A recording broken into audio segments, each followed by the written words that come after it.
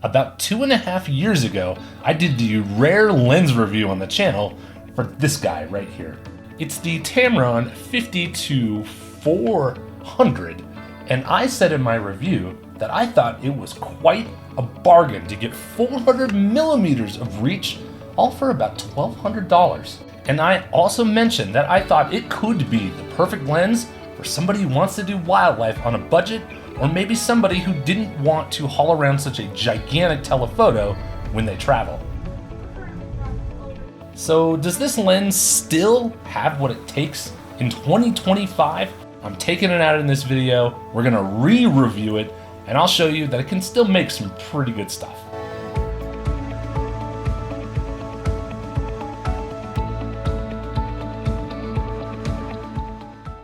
Before getting out in the field, I made sure that the lens's firmware was up to date, which is super simple. There's a USB-C port directly on the lens. For my test this morning, I'm meeting up with a local birding group, and we are out in the small town of Louviers, one of Colorado's top secret birding hotspots. And it didn't take long for us to get going, as the bird activity, amongst other things, was pretty high right here in the parking lot.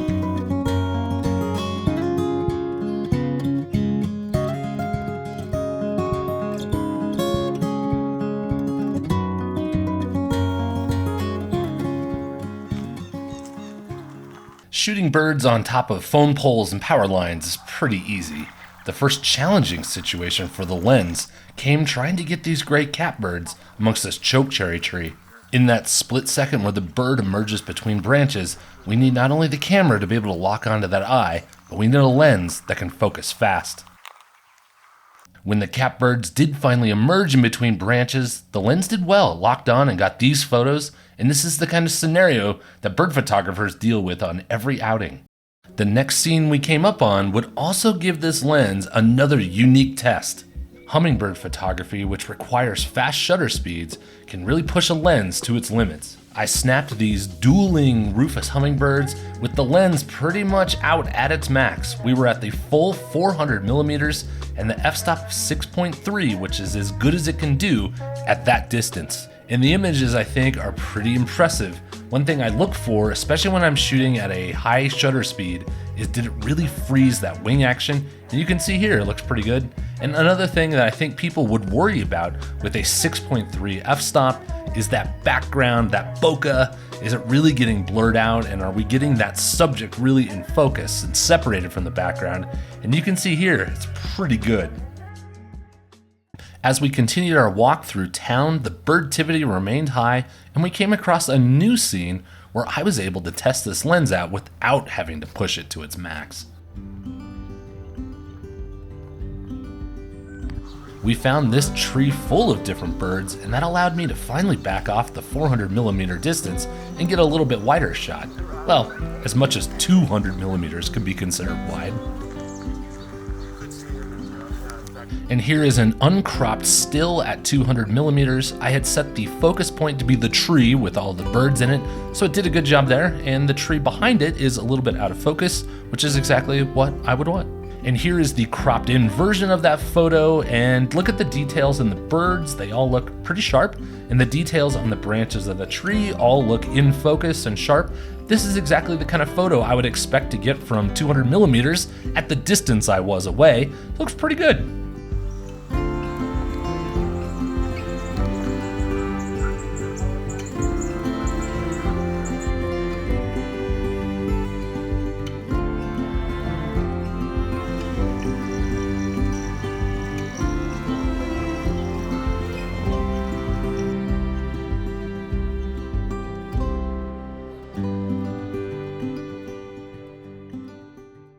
We continued our walk over on the east side of town, and quickly I went on to Code 5 Snake Alert. And it was just down this trail where we got one of our cool finds of the day in this Plumbeous vireo.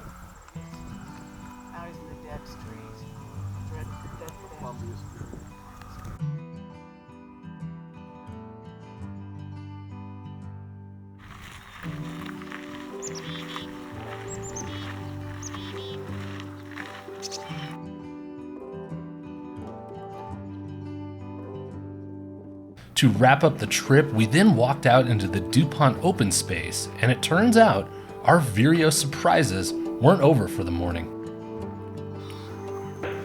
We saw this family of red-eyed vireos, which appeared to be 2 young fledglings and mom hopping around the tops of these trees.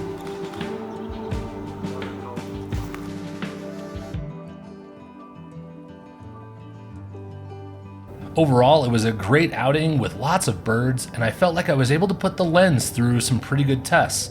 We did some low light stuff, we were able to do some high shutter speed kind of stuff, and we also were able to do some wider shots, not all the way crammed in at 400.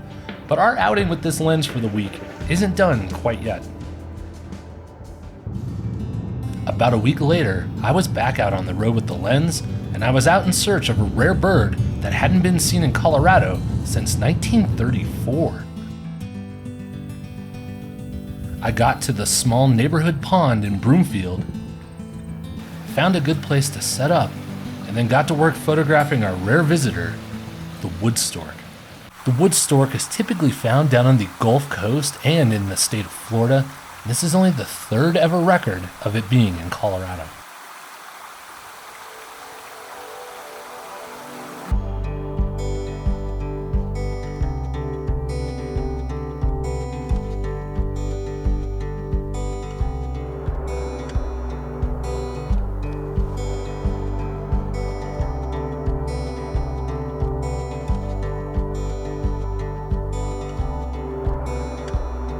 And on this outing, I was able to get so close to the bird that it didn't really put a ton of stress on our lens. But regardless, here's the images that I took.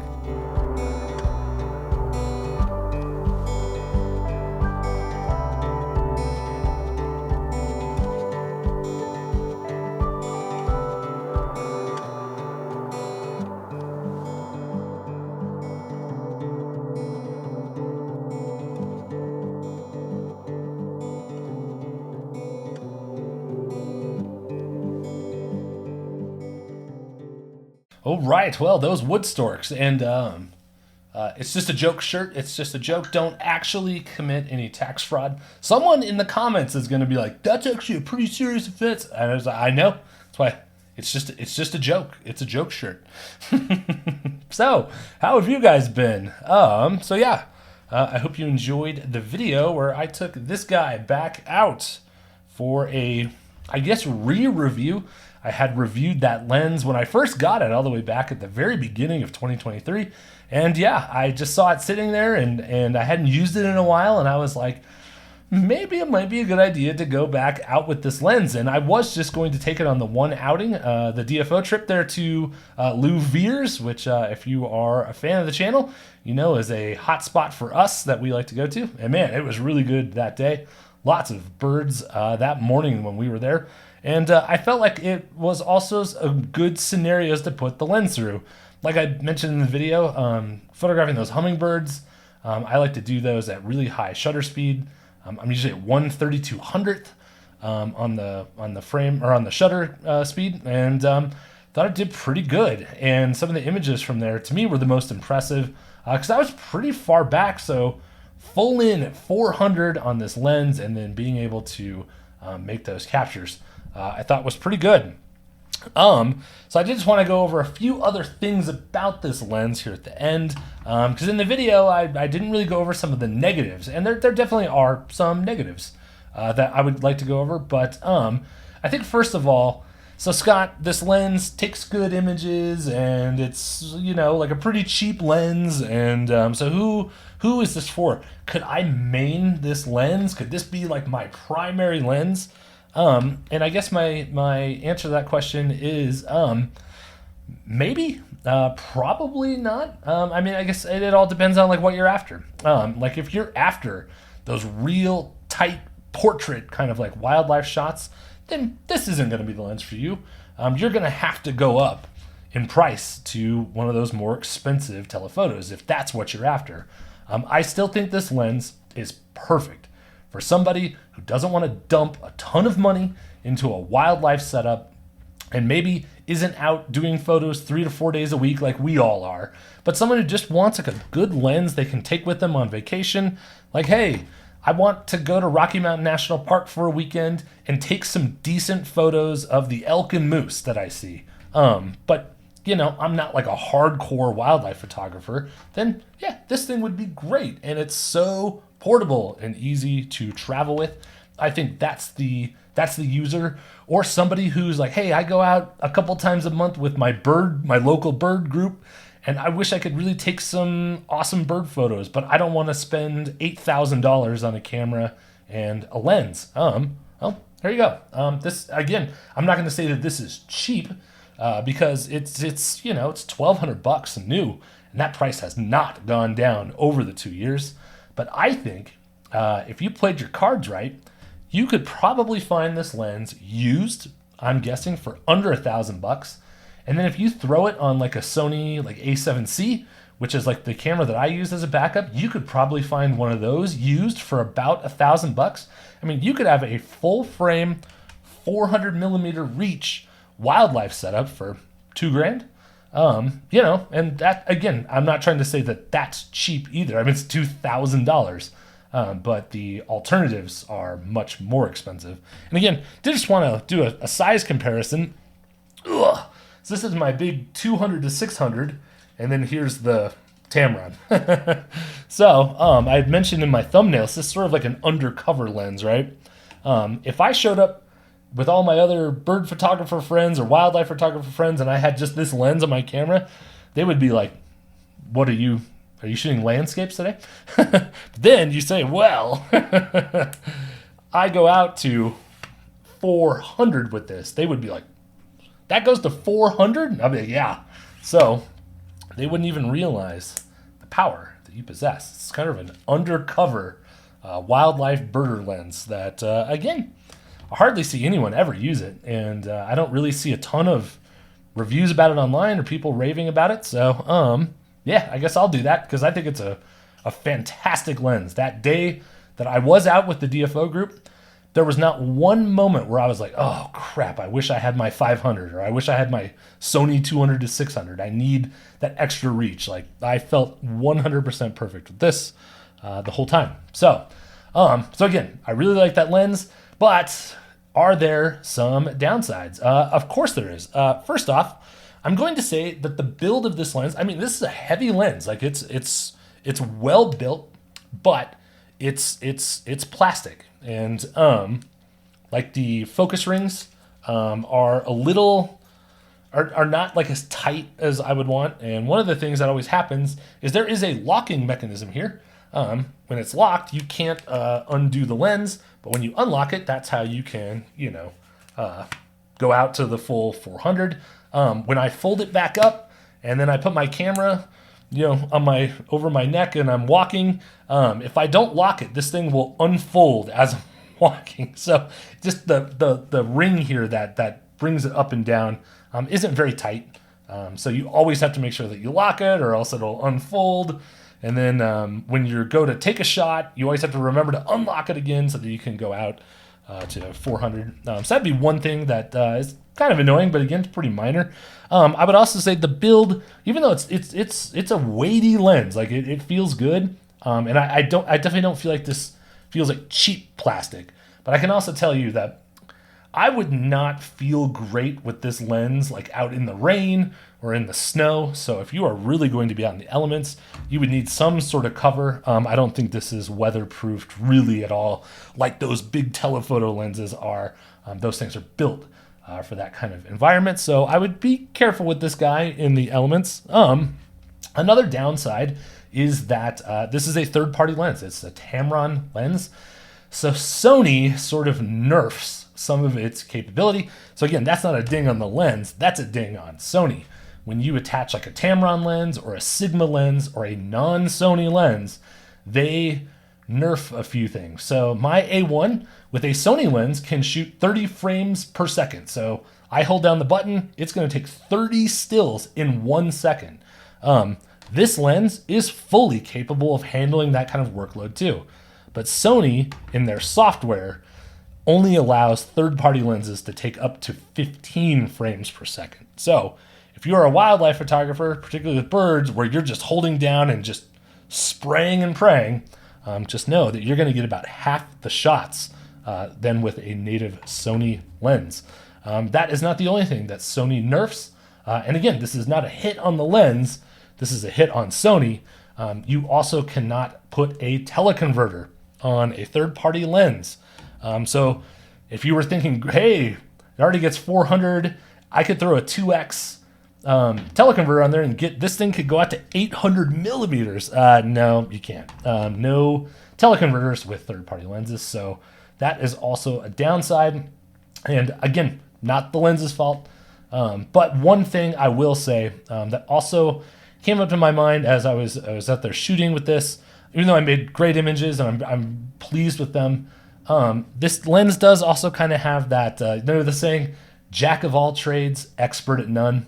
Again, if you're looking for a real specialty type of like wildlife where it's like, no, I want tight portraits, like that's my thing, that's the special thing that I'm trying to do, then this lens can get you tight portraits, but you're going to be more suited to go get a special expensive lens for that kind of thing.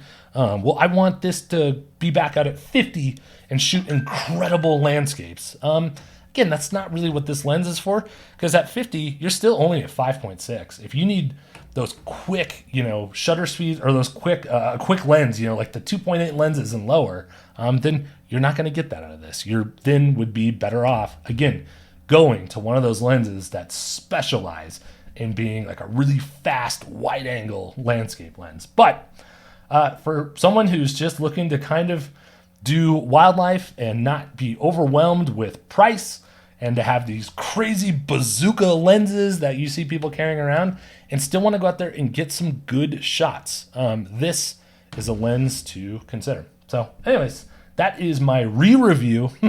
Of course, I don't really do reviews professionally, so this is just my take and just my experience. So hopefully it is useful to somebody, or maybe someone was thinking about, if they were kind of on the, I was thinking about that lens, but, hopefully what I was able to go out and shoot and show you guys maybe can help make your decision. So anyways, that's it for me.